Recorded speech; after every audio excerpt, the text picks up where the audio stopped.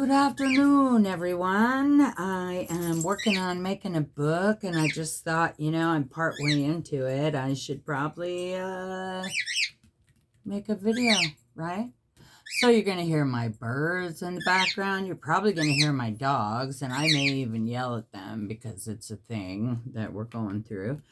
And hopefully when a bunch of people come home, they'll be quiet. But if not, then I'll pause the video and I'll just come back to it later. Okay, so to catch you up to where I am, I made this cover out of just some chipboard and some black cardstock. Covered it all. It's got a 3-inch spine. I'll explain that. The book itself will be 6 by 9, right? Yeah, 6 by 9, and it's got a 3-inch spine, but that's because I'm using the hidden hinge system from, what's that lady's name? Kathy Orta, or something like that. She invented this. So I'm going to use it in this book. But the reason I am is because I'm going to put part big old envelopes and then part paper, which I just watched this video from this lady the other day, and for the life of me, I can't remember who it was. And I've watched so much stuff that I spent like an hour trying to find it in my history, and I can't find it. But I watched this video where this lady did what I'm going to do. She put the envelopes on the hinges, and then she sewed signatures in between. And I'm going to do the exact same thing. So whoever you are, you know who you are. I'm sorry I forgot your name and I can't find your video. But I'm sure somebody will figure it out, I'm sure. Okay, so I made all these big envelopes with the envelope punch board from We Are Memory Keepers. I have a couple of their tools, but this is an awesome one. So I just wanted to let you know that's how I made the envelopes. So right now I was working on putting these papers on, but I have to wait till my daughter gets back because she's buying me some glue. So they're going to go on here, I think like this. This paper kind of looks like, no, that's not. Yeah, that's right. Okay, hold on. Let me figure it out. I had it all set how I wanted it. Oh, like this. That's how it's going to look. This here. Okay, I'm using a 12 by 12 paper pack. I don't know the name of it or anything because the cover was completely gone. It's like a multimedia. There's like this leather looking stuff. This is like that crackle effect on paint. There's a couple that look a lot like leather. This one here looks like burlap. This one here looks like wrinkled up paper. They're just all, so I'm sure it's some kind of multimedia or mixed media, thing. So I have to wait till my daughter gets back to put these on because I use part double-sided tape, which you can see here. It goes all the way around the outside and down the middle. And that's just for immediate hold and to really hold the sides down well because that's important. And then I put, what is it? Is it Elmer's? I think it's Elmer's. It's a glue stick that's permanent and acid-free, and it's just the bomb. It's the bomb. So, everybody says, oh, this is the best glue. I don't know. The best glue, I think, is the one that works for you. So, now one thing I wanted to show you guys is most paper, when you get it, do you see how, okay, hold on. Okay, this side of the paper I made black. See how it blends in? Now this side of the paper is white. Do you see that? Most paper has a white core. So what I do is take any black marker, which this is an Artist's Loft It's a double end one, like this little fatter end, and then it's got the really ultra fine tip. But here's what I do. I just hold it so that the back is facing towards me. So that way if I come off and make a boo-boo, it's on the back of the paper. Okay, so what I do is just take the marker and like go around the edges. I saw this from somebody's video like a long time ago, like literally years ago. I have no idea.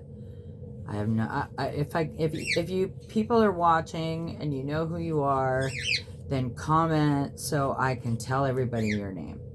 Okay, so you see that now all the sides are nice and black.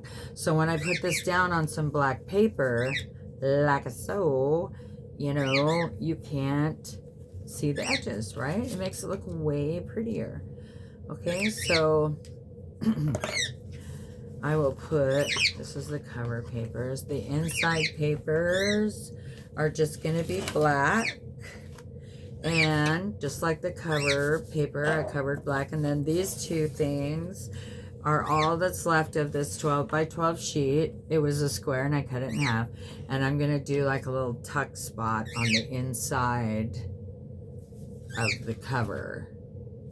I'll show you. You'll see when I get there. Okay. So I have my hinge. I think I'm going to put this in the book first before I put that stuff on it. I think that's kind of like where I am right now. This is what you call the hidden hinge system, and I'm using it a little differently, like I said, from that late. Sorry about the lighting, okay, you guys. All I have is a phone to video with. That's it. So I don't have lights. I don't have, you know, I have my pretty bird Desi. Desi bird. Okay, he's ignoring me. Now, when I want him to talk, he won't talk. He'll probably yell something in the background now. Okay, so anyway, I have this all ready, and I already have double-sided tape on it. I'm going to put these on the side with the double-sided tape, like so. Okay, and then right here in between that one and this one and this one, there's a 1/4 inch in between all of them. That right there is where I'm going to sew in the signatures. Each one of these is 5 pieces of paper, so that comes out to 20 pages, and there'll be 10 signatures, so that's 200 pages of just white paper. You can write on it, you can draw on it, you can do whatever you want on it, because it's going to be your book if someone buys it. Hope, hope, cross your fingers. So okay, so that goes there, and I'm going to sew in the paper there. And so now basically I just have to wait for my daughter to get home and bring me some glue, and then we can put this bad boy together. Oh, also I made a template for my paper where to poke my holes for putting it in the book. And then I think actually what I'm gonna do is just, I'll sew each one of these in there separately, of course, with like a pamphlet stitch, and I'll just do each one and just poke it right through the cardstock, because, you know, I can see where it needs to go. So, but I'll show you guys that when I get to it. So the tools I've used are a ruler, which is around here somewhere.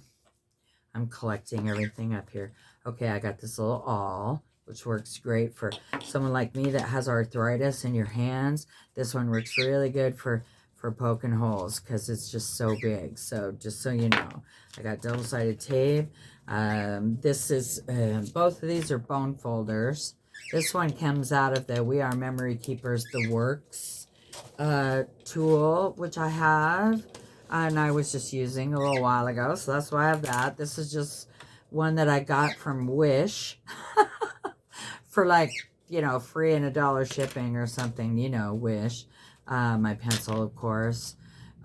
This is actually a seam ripper from way back when I used to sew, and I can't really do that much anymore. It just really hurts my back. That's a whole nother story. So I realized one day this tool works really good for catching the edge of this double-sided tape, catching the back and pulling it off. It works so good that, see, I just did it without even trying, okay? So that's what I use this for now. It's no longer, well, I suppose it's still a seam ripper, but it's my pokey tool, I call it. My scissors, marker, right? That's, oh, my dollar store. This was a great find. Dollar store metal ruler. So I can cut next to it. I can, oh, this is just so much better than plastic. You don't even know. So much better. So that's where I'm at. That's all my pieces and parts. Okay. So now what I'm going to do is pause this video. Wait till my daughter comes back and all the commotion of all the craziness in my household slows down. And I will come back to this and show you how I'm going to put it all together. Okay. See you in like 1 second, except for me, it won't be 1 second, but for you, it'll be like, 1 second.